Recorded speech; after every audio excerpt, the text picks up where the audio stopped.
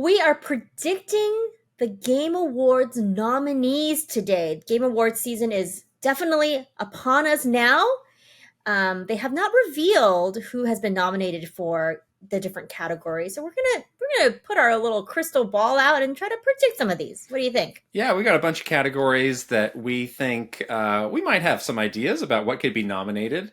And as always, like this is what we think their board of judges will be nominating. It's not necessarily us. what we think. We're going to do our own Game of the Year stuff later on. So Yes. this is like putting ourselves in the minds of all of those judges and like what they might want to put up as the best of the year.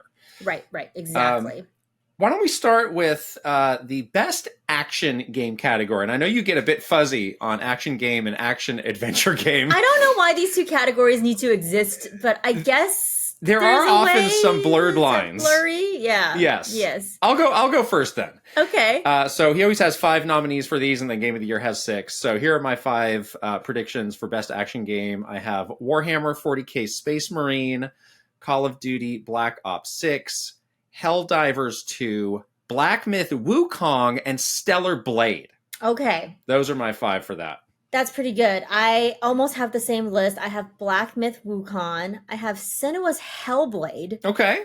Call of Duty Black Ops 6, Stellar Blade, and Helldivers 2. Yeah. Okay.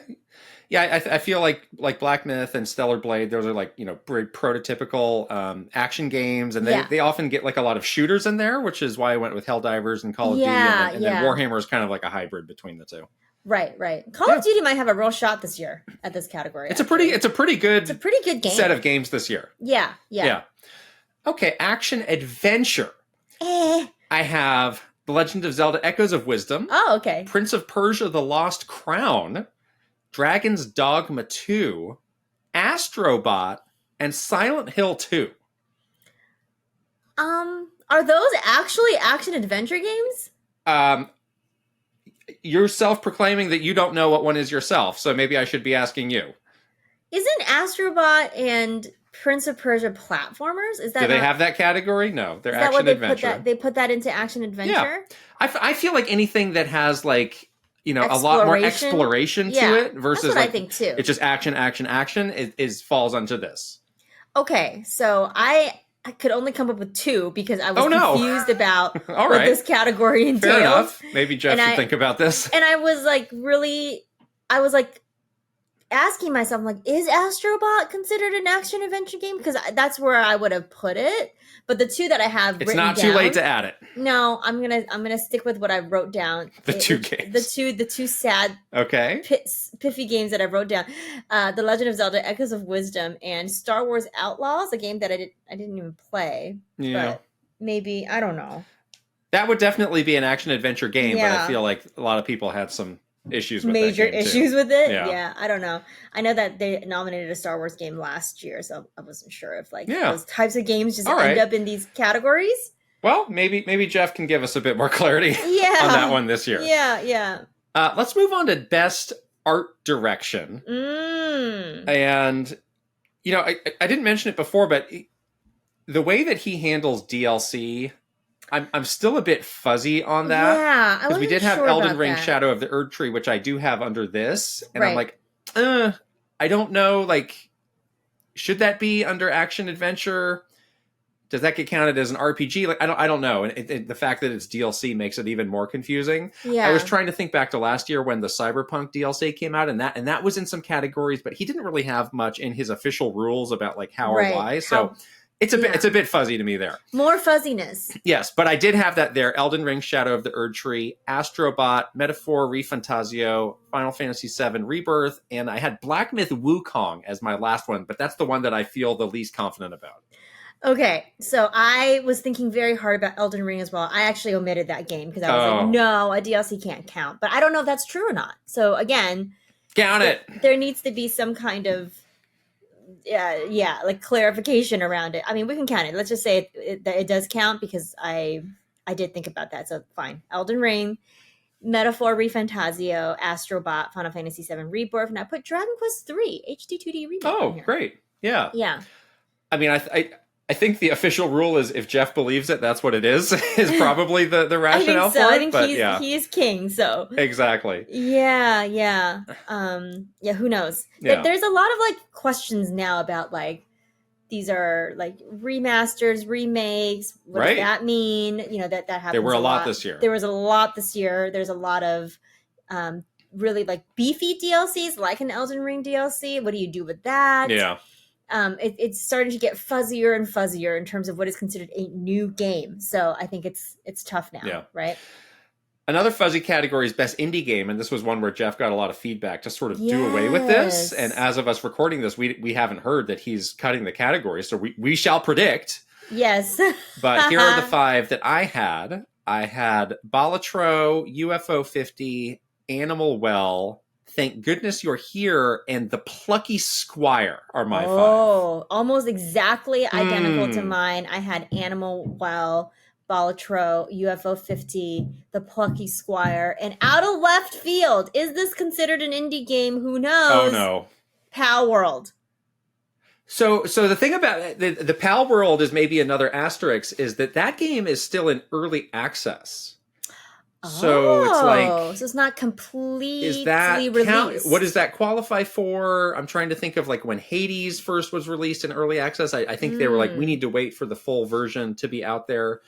But yeah, I thought about Pal World as well. I was like, I actually don't have that on any of my categories, but it feels like maybe it should be. So that's a good read by you. The other one that I was like, oh, it might be on there is Another Crab's Treasure. That was another good one, but yes, I decided to go with Plucky Squire instead. I think Plucky Squire beat out Another Crab's Treasure on this for me as well. But Plucky Squire is published by Devolver, which is not an indie studio. So we don't know what's going on here with this category. Blurred lines. Blurred lines all around. We're doing best narrative next. And this was such a great year for RPGs. Like, this is a super RPG heavy category for me this year. Whereas, like, previous years, it's like there were some other games that snuck in here. But I got Metaphor. I have Final Fantasy VII Rebirth. I have Like a Dragon, Infinite Wealth. I have Dragon Age, The Veilguard, which I don't feel super confident about. But then I also threw Thank Goodness You're Here in here as well, because I think some of these voters might be like, we need something that's not an RPG. We need something that's kind of out of left field, a little wacky. Yeah. Like, I wouldn't say that game has a huge story, but it is like hilarious and it is well told.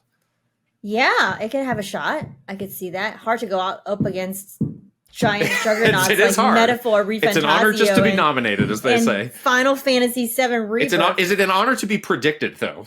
No. No honor in that. No Only honor shame. in that. Only shame. Only deep shame. I have Final Fantasy VII Rebirth, Metaphor, ReFantazio, Like a Dragon, Infinite Wealth, Senua Saga, Hellblade 2. Again. Yeah, true. That one had a very, like, that was very story heavy. Story. Yeah. And Black Myth Wukong. Oh, a game you have not played. A game that I have not played, but I've heard is very good. The story is very good. I don't know. I don't know. This game was a breakout hit. These are predictions through the grapevine. Breakout hit. Many people are saying the story in Black Myth Wukong is incredible. That's what they're saying. All right, best family game. This is otherwise known as the Nintendo category, but not this year. I don't think they're probably going to lose it this year. They're going to lose it this year for sure. I predicted that. Astrobot. Yes. Super Mario Party Jamboree. Mario and Luigi Brothership. Monkey Ball, Banana Rumble, and Sonic X Shadow Generations. Those are my 5. Oh, I have Super Mario Party Jamboree, Astrobot, Sonic X Shadow, Lego Horizon Adventures. Oh, which comes out in like a week, like tomorrow. I think actually, soon, yeah, it's coming out real soon. So they'll make it into the nominate. I think they'll make it. Okay. And The Legend of Zelda: Echoes of Wisdom. Interesting family game category this year. Oh, they're going to lose it to Astrobot. How mad is Nintendo going to be if they lose best family game? I mean, this is the category that Nintendo has always counted on taking home an award. They dominate. They dominate it, and then they can always say like, "Don't worry, something. Don't worry." Exactly. Yeah, we won something. We used to work on these things. It would be like, "Don't worry. At least we will win this category hands down. At least we will get a trophy for this." I don't know. They might get a bit shut out this year, but that's a time for another video. Yeah. Best RPG. Stacked, loaded category this year. Oh my gosh. So competitive. Crazy stuff. But I had Metaphor, ReFantazio, Final Fantasy VII Rebirth, Dragon Quest III, HD2D Remake, Unicorn Overlord, and Like a Dragon Infinite Wealth. Okay. I had Like a Dragon Infinite Wealth, Final Fantasy VII Rebirth, Dragon's Dogma 2, Metaphor Refantazio, and Dragon Quest 3 2D HD 2D HD 2D HD 2D. Okay, I had Dragon's Dogma and Action Adventure, but I think you could make a case that that's an RPG. This is an RPG. Who's to say? It's a great. We don't know. Again, more fuzziness. This is getting more complicated by the year. I really hope Dragon Quest, or I'm sorry, I really hope Like a Dragon Infinite Wealth wins this. There's a lot of games this year that starts with a name Dragon or has a name Dragon in it. Dragon Quest, Dragon's Dogma, Dragon Age. Not nominated for this, by the way. Dragon Age. Like a Dragon. There's so many dragon names. Isn't that weird? Like a Dragon is suffering a little bit because that came out in like January, like super early this year. So people may have forgotten. Like, when did that come out? That was 2022, right? Oh, wait, that was this year. Recency bias. Yeah. All right. It is time for Game of the Year predictions. Oh, wow. This year, there are 6 of these.